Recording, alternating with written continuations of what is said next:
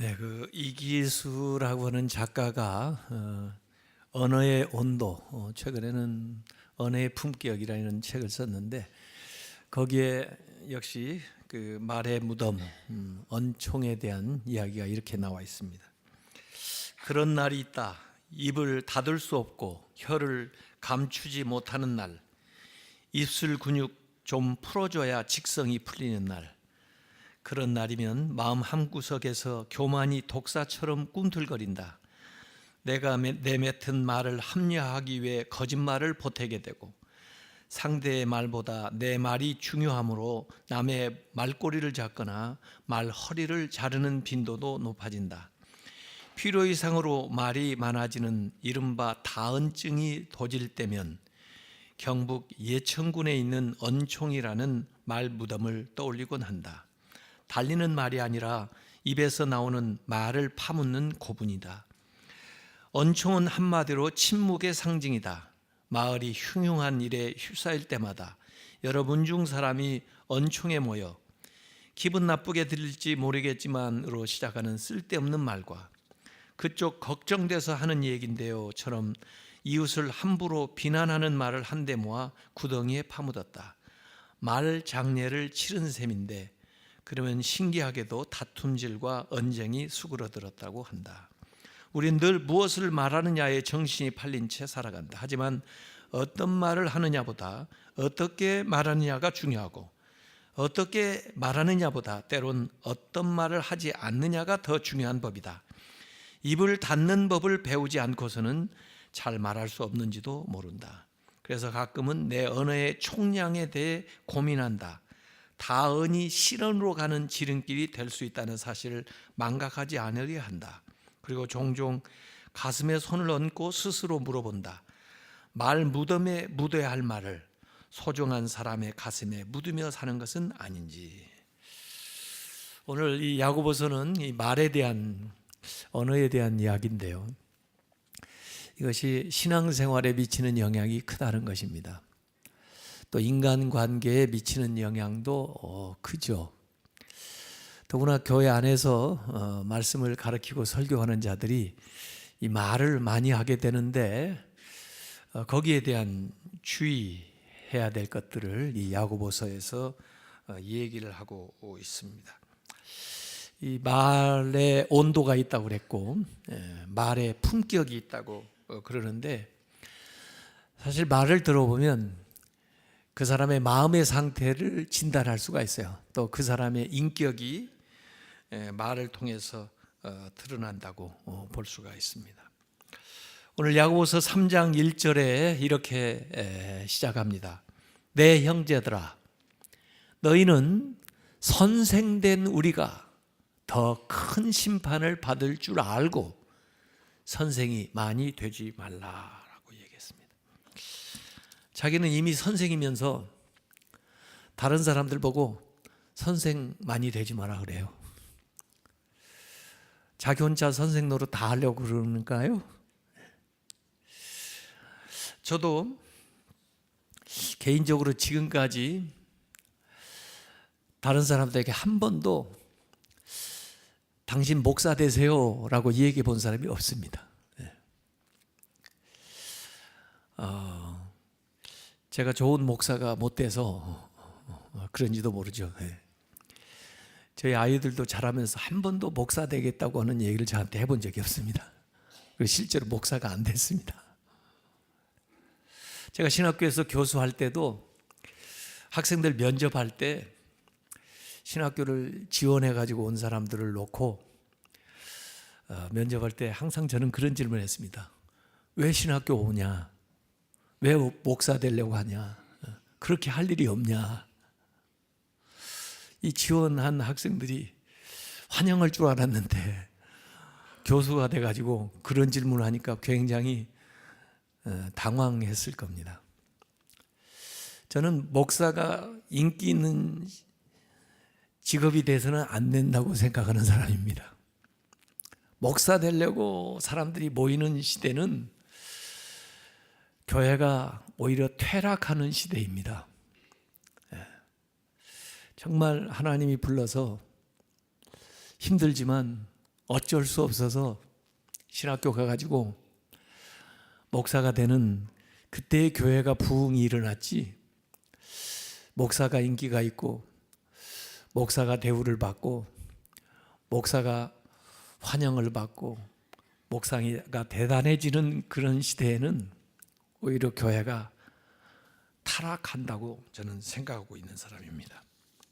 아마 이 야고보서 기자는 복음이 전해지면서 믿는 사람들이 조금 많아지면서 너도 나도 목사 되겠다는 사람도 생겨날 거고 선생님 되겠다고 하는 사람들도 생겨나니까 아마 이런 말을 하고 있는 것 같아요. 목사 많이 되지 마라, 선생 많이 되려고 하지 마라, 이렇게 얘기하는 것 같습니다. 왜 선생 되지 마라고 했을까? 아마 선생은 말을 많이 하니까 그런 것 같아요. 말을 많이 하다 보면 실수하게 되죠.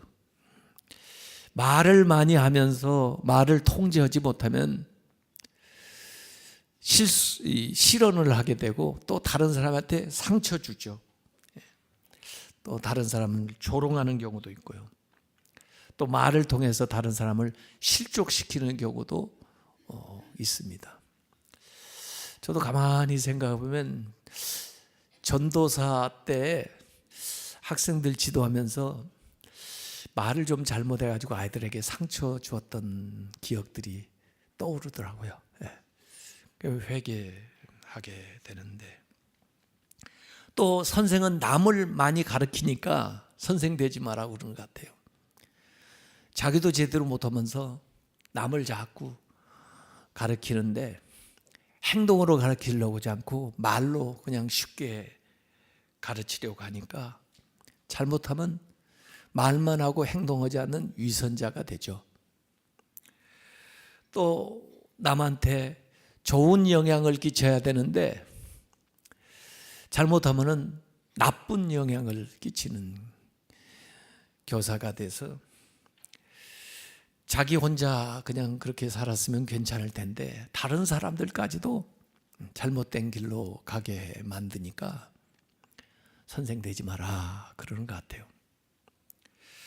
또 선생은 많은 책임을 따르기 때문에 선생 되지 마라 그러는 것 같아요.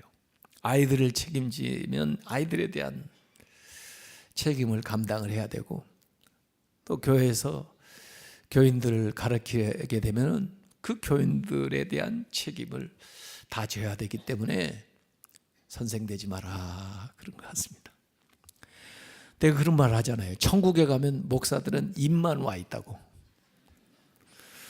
교인들도 뭐 다 좋아할 게 아니에요. 교인들은 귀만 와 있다고 그래요. 좋은 말만 하고 좋은 말만 들어가지고 그 부위만 와 있고 행동을 하지 않으니까 다른 게 따라오지 않아요.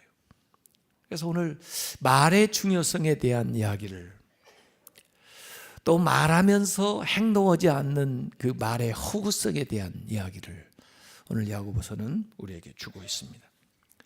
3장 2절에 우리가 다 실수가 많으니, 실수하는 사람 어디 있어요? 우리가 다 실수가 많으니, 만일 말에 실수가 없는 자라면, 특별히 그 말에 실수가 없다면 곧 온전한 사람이라. 말의 실수만 줄여도 온전한 사람이 된다는 거예요. 능히 온 몸, 나머지 몸도 굴레 씌우리라. 잘 통제할 수 있다 그 말이죠. 우리가 온전한 사람이 되기를 소망을 합니다. 어떻게 하면 온전한 사람이 될까? 그래서 부족한 걸 다 채워보려고 내가 공부를 많이 해서 온전한 사람이 돼볼까? 지위를 많이 얻어서 온전한 사람이 돼볼까? 또 몸을 건강하게 만들어서 온전한 사람이 돼볼까? 물질을 많이 모아서 온전한 사람이 돼볼까? 여러 가지로 다각도로 노력을 할 텐데 야고보는 딱 한 가지 길을 얘기해 줬어요. 어찌 보면 너무나 간단하죠. 복잡하지 않고 할 수 있는 길을 제시해 준 것 같은데 그 한 가지가 뭐냐면 말 조심해라 이거죠. 말만 잘해도 다른 부족한 걸 다 커버할 수가 있다는 거죠. 근데 아무리 다른 것 다 잘해도 말 잘못하면 다른 것들이 다 허사라는 거예요. 그래서 우리가 온전한 사람이 되고 싶은데 야고보서는 우리에게 딱 한 가지만 요구하고 있어요. 말 조심해라. 말을 잘 사용해라. 이 언어에 대한 이야기를 오늘 주고 있는 겁니다. 결국 이 말을 잘 활용하면, 언어를 잘 쓰면 이 품격 있는, 인격을 갖춘 사람이 되는데, 이 품이 있는, 이 품을 갖춘다는 게 수준이나 등급을 표시하는 이 품이 뭘로 이루어져 있어요? 입구로 이루어져 있어요. 말이 쌓여서 품위가 되는 겁니다. 품격이 되는 거예요. 그러니까 말을 평소에 잘해야 품격 있는 인생이 된다는 게, 말에 품격이 있습니다. 품격 있는 언어를 써야 품격 있는 삶이 되는 거죠. 사자성어에 이런 말들이 있습니다. 이청득심. 다른 사람의 말을 아주 경청해 들어야, 그 말을 잘 받아줘야 그 마음을 얻는다는 거예요. 하나님 말씀, 하나님 마음을 얻는 길도 이런 것 같아요. 하나님 말씀을 경청해 줘야 하나님 마음을 얻는 거죠. 다른 사람, 아이들, 배우자의 마음을 얻는 게 그의 말을 이청 들어주는 거예요. 그러면 그 마음을 얻게 된다. 과언무환. 말이 적으면 근심이 적다. 말이 많으면 근심이 많아진다, 그 말이죠. 그러니까 근심을 적게 하려면 침묵, 말을 적게 해야 된다. 언위심성. 말이 그 마음의 소리다. 우리의 마음이 말로 다 드러나는 거예요. 이 말을 들어보면 그 사람의 마음의 상태가 어떤지를 알 수 있다는 거죠. 그래서 그 말로 그 마음을 진단해 볼 수가 있어요. 이런 말에 대한 이야기가 많이 있듯이 오늘 야고보도 이 말이 너무 중요하니까 7가지의 그 메타포, 은유, 비유를 들어가지고 이 말에 대한 설명을 그 아래에서 오늘 읽은 본문에 하고 있습니다. 중요하니까 같은 걸 계속 비유를 들어가지고 반복해서 예를 들어서 설명을 하는 거예요. 예수님께서도 이 비유를 들어서 많이 말씀을 전했는데 중요하니까 같은 것을, 최후의 심판에 대한 이야기를 마태복음 25장에 결산에 대한 이야기를 반복해서 3번 3부작으로 비유로 말씀하세요. 잃었다가 찾는 거 중요하니까 누가복음 15장에 이런 거 찾는 이야기를 반복해서 3번 이렇게 말씀하세요. 또 하늘나라에 대한 게 중요하니까 비유를 들어서 계속 이렇게 반복적으로 말씀하는데, 이 야고보도 중요한 교훈들을 얘기할 때 이 비유를 들어가지고 설명을 하고 있습니다. 우선 말의 긍정적인 것을 예를 들어가지고 비유를 들어서 설명을 하고 있습니다. 그것이 이제 3절 4절에 나오는 건데요. 주로 교통수단하고 관련되어 있는 이 얘기를 하고 있어요. 말, 호스, 달리는 말이죠. 말들의 입에 재갈을 물려가지고 우리에게 순종을 해서 힘센 그 짐승, 그 마력이 통제된 방향으로 나타나게 해가지고 내가 원하는 방향으로 나를 데려다주는 그런 유익한 그 교통수단으로 그 말을 활용할 수 있다는 거죠. 근데 그 말을 길들일 때까지 과정이 상당히 좀 어렵죠. 근데 결국 잘 컨트롤하게 되면은 그게 유용하게 쓰여진다는. 또 여기 배에 대한 이야기를 하고 있습니다. 육지에서는 말이 우리를 데려다 주지만 이제 바다에서 강에서는 배가 우리를 데려다 주는데 그 큰 광풍이 몰아쳐도 그 바람을 이용하고 또는 안에 있는 어떤 동력을 활용한다 할지라도 결국은 방향을 제시해서 그 힘이 일정한 방향으로 힘을 발휘하게 만드는 건 키인데, 그 방향타, 그 키가 바로 혀다. 온 몸의 이 에너지들이 우리의 삶이 어떤 바른 방향으로 나아갈 수 있도록 안내하는 역할이 혀다. 그래서 이 혀가 온 몸의 방향을 결정짓는 거죠. 그래서 사공의 뜻대로 바른 방향 가고 싶은 대로 원하는 쪽으로 그 힘을 발휘할 수 있도록 해주는 것이 말이라는 것입니다. 그러니까 이 거대한 힘들을 잘 결집해서 유용하게 또 자기에게 유익이 되도록 자기의 삶을 인도해주는 그 수단이 언어다. 그래서 언어에 아주 긍정적인, 사실 본래적인 언어를 주신 하나님의 본뜻을 여기 드러내는 거죠. 아무리 자동차를 잘 만들어도 그 자동차를 제어해 주는 브레이크가 고장이 났다면 그건 위험한 차죠. 운전할 수가 없죠. 그 브레이크 역할을 하는 게 입. 그래서 긍정적인 말, 또 건설적인 말, 사랑하는 말, 원래 그런 믿음의 말을 하려고 이 혀, 언어를 우리에게 주신 거예요. 그게 이제 첫 번째 나와 있는 예입니다. 그런데 반면에 이런 건설적인 것으로 쓰지를 못하고 오히려 파괴적으로 언어를 활용하는 경우가 이 5절부터 8절까지 나와요. 여기에 이제 비유는 불의 비유를 들어가지고, 불. 적은 불씨가 시작해가지고 큰 불을 일으킵니다. 담배꽁초 성냥 한 개비에서 시작된 그 불이 온 산을, 나무를 다 태워버려요. 몇 날 며칠 태워버려요.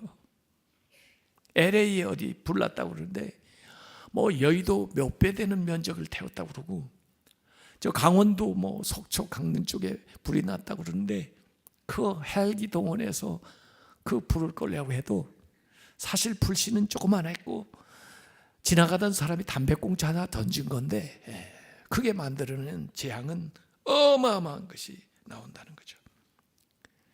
말의 그 파괴력, 자신뿐만 아니라 다른 사람뿐만 아니라 모든 그 사회와 환경을 파괴하는 불과 같다. 그래서 얼마나 작은 불이 얼마나 많은 나무를 태우는가, 이렇게 얘기하는 거죠. 3장 6절에 혀는 곧 fire, 불이요, 불의의 세계라, evil, 불의를 만들어내는 거예요.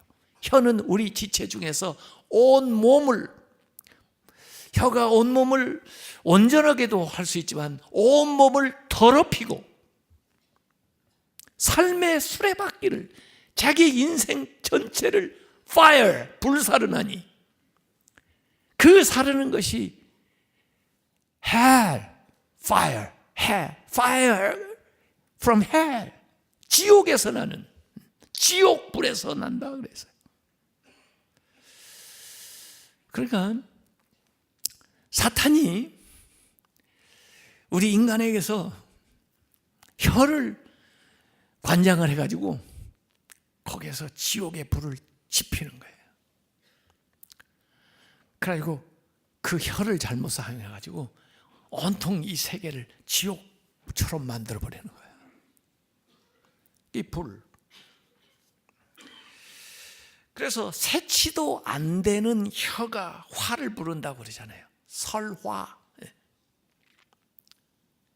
그건 재앙의 화도 되지만 불의 화 되기도 하는 거예요. 불을 질러버리는 거예요. 그래서 온통 삶의 수레바퀴를 불살라버리는, 말 한 번 잘못해가지고 그 평생 쌓아놨던 것을 다 무너뜨리는. 요새는 말이에요, 그냥 현장에서 생생하게 생중계됩니다. 정치하는 사람들 말하는 거 한번 보세요. 그냥 생생하게 그 말 한마디 잘못해가지고. 그래서 앞에 타고 다니는 말이나 배나 또 에너지를 이제 만드는 불이나 이 모든 것들이 유용하게 쓰라고 준 것들이지만은 잘못 쓰게 되면은 큰 사고와 재난을 불러오고 또 사람들의 인생을 망가뜨리는 그런 도구도 될 수 있다는 거죠. 자기의 삶만 불태우는 게 아니라 남들도 태우고 지옥을 만들어버리는. 그래서 어떤 사람 입 열고 이 얘기하는 걸 가만히 보면은 아유 지옥불 나오네, 그런 끔찍한 경우가 있어요. 그래서 이 말이 외상을 주지 않고도 깊은 곳에 들어가서 마음에 상처를 남기는데 평생 씻을 수 없는 그런 상처를 가져다 주고 한 사람의 인격을 모독할 뿐만 아니라 그의 인격을 죽이는, 남의 뒤에 가서 뒷담화하는 거 문제가 아니라 요새는 보니까요, 이 말로 하는 것도 부족해가지고 손으로 무슨 악성 댓글들을 막 써가지고요 사람들의 인격을 모독하고 죽이는 인격 살해를 하는 경우들이 많이 있어요. 오늘 여기 3장 7절에 보면은 사실 그 야생동물도 심지어 여기 벌레까지도 바다의 생물도 사람들이 잘 조련을 하면은, 훈련을 잘 받으면은 사람들에게 즐거움을 주기 위해서 활용할 수가 있어요. 그래서 우리가 돌고래 쇼도 가서 보고 말해요. 또 그 거대한 그 코끼리 쇼 하는 것도 좀 보고요.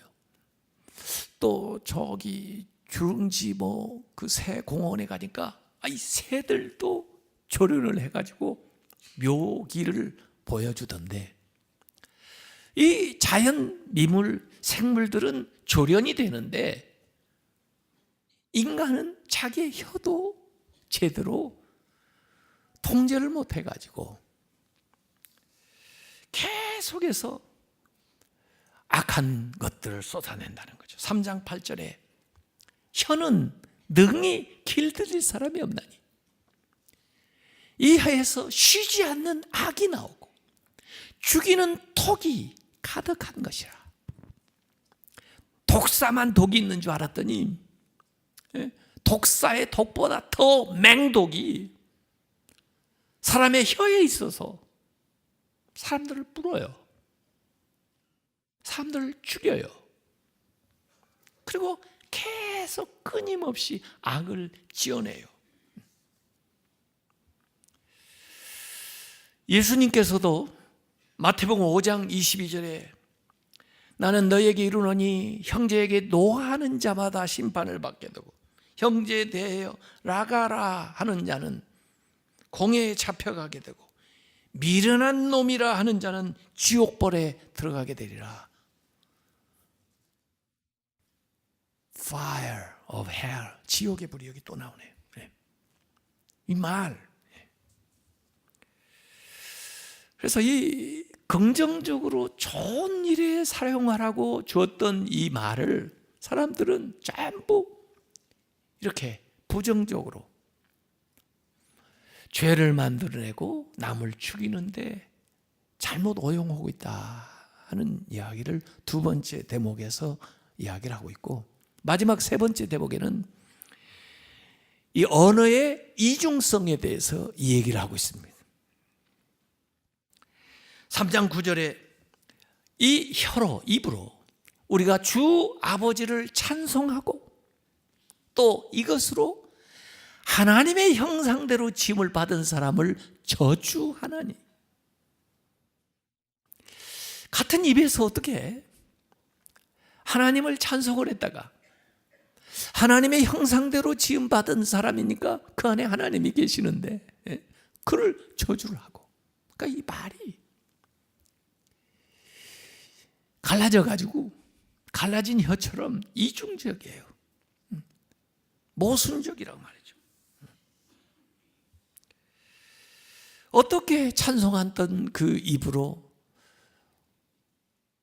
같이 저주할 수 있겠나, 이런 거예요. 하나님을 찬송했으면 사람들에게도 감사하고 사람들을 칭찬해주고 격려해주고 그리고 위로해주고 그 사랑하는 말로 활용을 해야지, 어떻게 이렇게 찬양한 그 입으로 좋지 않은 말들을 할 수가 있느냐. 저는 더 놀란 건 설교하는 사람들이, 하나님 말씀을 전하는 사람들이 강단에서 막말을 해요. 어찌 그럴 수 있습니까? 하나님의 말씀을 전하는 자가 말로 다른 사람을 협박하고 비판하고 정죄하고 위협하고, 언어폭력이에요. 어떤 목적으로도 정당화될 수가 없어요. 이 이상한 샘물 예를 3장 11절에 들었어요. 어떻게 같은 샘물에서 단물이 나오고 쓴물이 나오냐. 이건 이상한 샘물이에요. 헷갈려서 말해요. 이번에는 단물 나올지 이번에는 쓴물 나올지 가늠할 수가 없으니 먹을 수 있을지, 먹을 수 있다가 먹을 수 없다가. 자연은 그렇지가 않아요. 자연의 질서는 그렇지가 않다고요. 하나님이 말씀을 만들어주신 창조 질서는 그렇지가 않아요. 물론 쓴물이 계속 쓴물 내다가 하나님의 역사로 단물로 변한 역사가 있어요. 그 다음에는 단물을 내지, 또 얼마간 단물 내다가 다시 쓴물로 돌아가는 게 아니에요. 쓴물을 내던 인생이라도, 좋지 않은 말을 하던 인생이라도 십자가의 은혜로 성령의 역사로 말미암아 변화된 다음에는 변화된 말을 해야지, 새로운 말을 해야지. 쓴물 나왔다 단물 나왔다 종잡을 수가 없어요.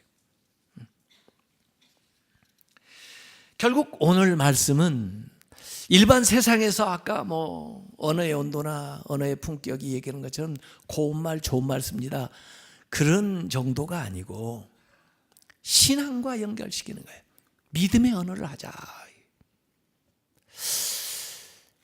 하나님이 만드신 창조의 질서에 부응하는 언어 사용을 하자, 그런 뜻이에요. 정말 믿는다면 믿는 바대로 말하고 또 그 말한 대로 행동을 해야 된다는 거죠.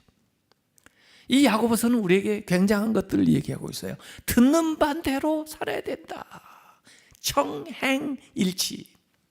믿는 바대로 살아야 된다. 신행일치. 오늘은 말한 대로 살아야 된다. 언행일치를 얘기하는 거죠. 선생도 말한 대로 살 수만 있다면 선생 되세요. 선생도 말한 대로 살 수 없다면 말하지 마세요. 그 말을 할 수 있을 때까지 기다려서 얘기하세요. 그러면 선생 돼도 좋아요. 근데 살지도 않으면서 말만 하고, 그게 언행일치가 안 되면 그 벌써 자기가 자기를 심판하는 거 아니에요? 그게 다른 사람에게 무슨 도움이 되겠어요? 우리가 성령 받아 방언을 말한다 그러는데, 사실 방언이 다른 사람 못 알아듣는 것도 물론 방언일 수 있는데, 진짜 성령 받으면 새 언어를 말해야 됩니다. 믿음의 말을 해야 돼요.